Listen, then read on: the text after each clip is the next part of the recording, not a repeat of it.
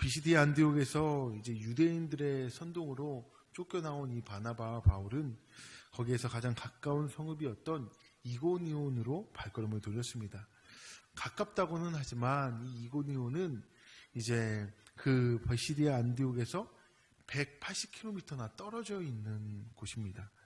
이 먼 거리를 이제 걸어서 가게 된 이들은 거기에서도 유대인의 회당을 찾아 복음을 전했습니다.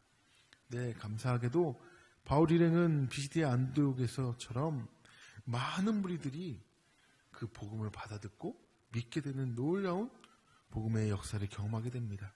1절에서 2절입니다.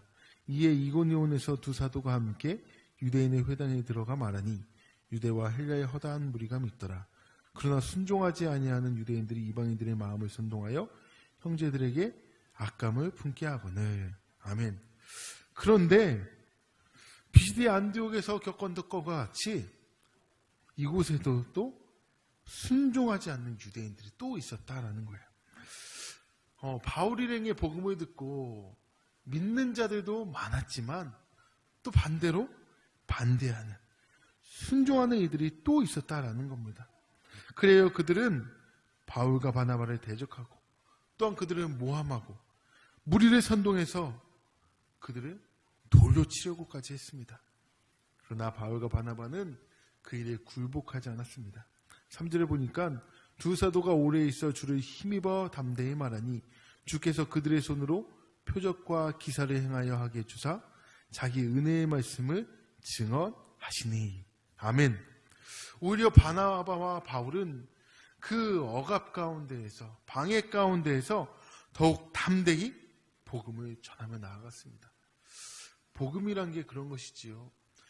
복음, 말 그대로 기쁜 소식이 되어 받아들이는 삶이 있는 반면에 언제나 반대자들의 위협을 직면하는 것이 복음입니다.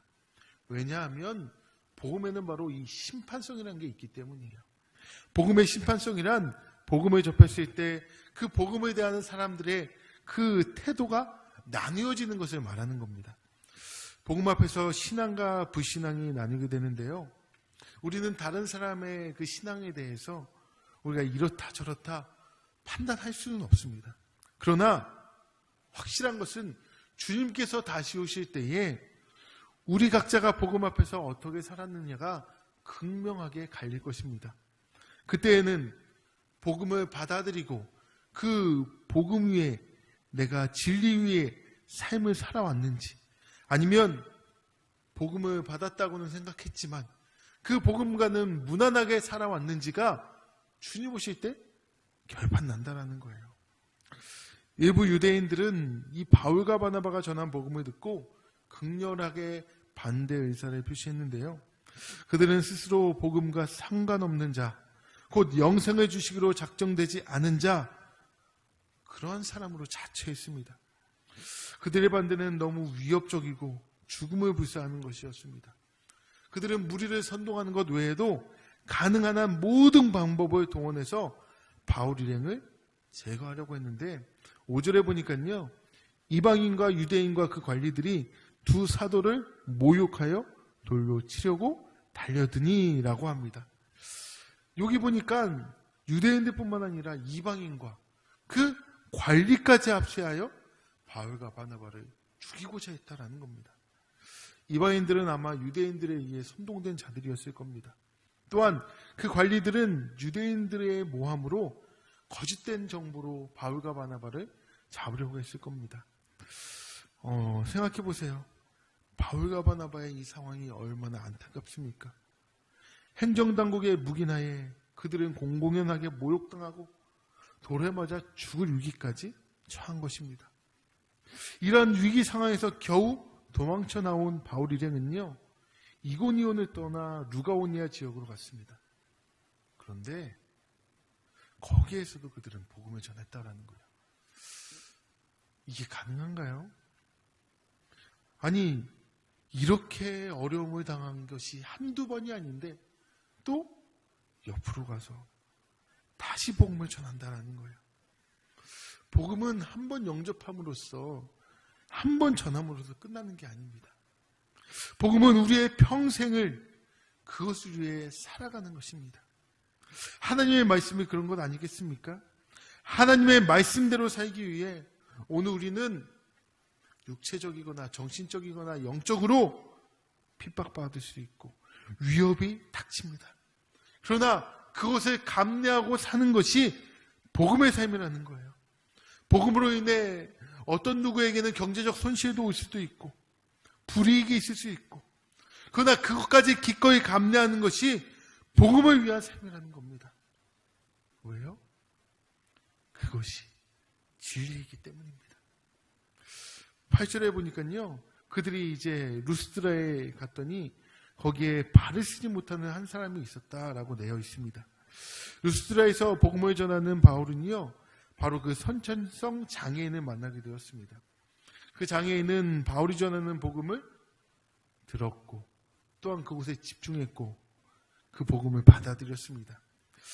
그 장애인의 영적 변화를 감지한 바울은 그를 향해 내 발로 바로 일어서라 라고 말했고요.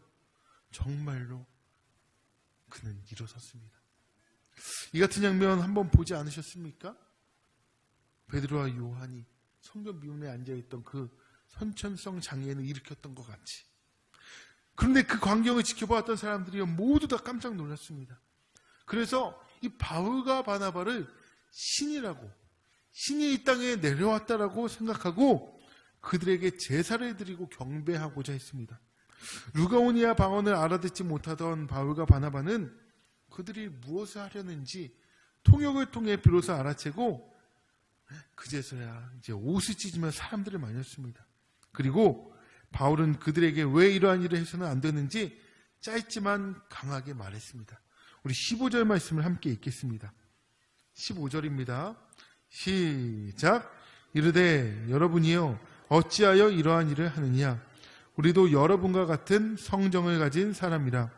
여러분에게 복음을 전하는 것은 이런 헛된 일을 버리고 천지와 바다와 그 가운데 만물을 지으시고 살아계신 하나님께로 돌아오게 함이라. 아멘. 바울은 거기서 자신들 역시 여러분과 같이 성령을 지닌 사람에 지나지 않는다라는 사실과 믿음은 눈에 보이는 헛된 일을 버리고 눈에 보이지 않지만 영원히 살아계신 하나님께로 돌아와야 한다라고 말해 주었습니다. 바울과 바나바는요, 자신들이 결코 영원한 존재가 아니라는 걸 알았어요. 복음을 전했을 때 그들을 통해 놀라운 기적이 일어났지만 그것은 자신의 능력이 아니라는 걸 알았습니다. 이것은 바로 하나님으로부터 말미암는다라는 사실을 그들은 알았던 거예요. 그리고 그 하나님께서 마지막 심판날에 재판장이 되신다는 것도 알았습니다. 그렇게 그들은 몸은 죽여도 영혼은 죽이지 못하는 자들을 두려워하지 않았습니다. 그래요, 자신을 모독하거나 모함하거나 또 선동해서 자신을 죽이고자 하는 그들 앞에서도 담대히 복음을 전했습니다. 죽음의 위협에 시달리기까지 했지만 그 위협을 벗어나면 다른 지역에 가서 또 복음을 전했어요. 바울과 바나바에게 복음은 삶의 이유였고 원동력이었기 때문입니다. 왜냐하면 복음은 믿는 자에게 영원한 생명을 주는 하나님의 능력이 되기 때문입니다. 그들은 알았어요. 내가 어떤 존재인지. 그리고 하나님이 어떠한 분인지 알았습니다. 나는 곧 있다가 없어지는 존재. 하지만 영원하신 하나님과 그 말씀을 신뢰하면 무엇이든 할 수 있는 존재.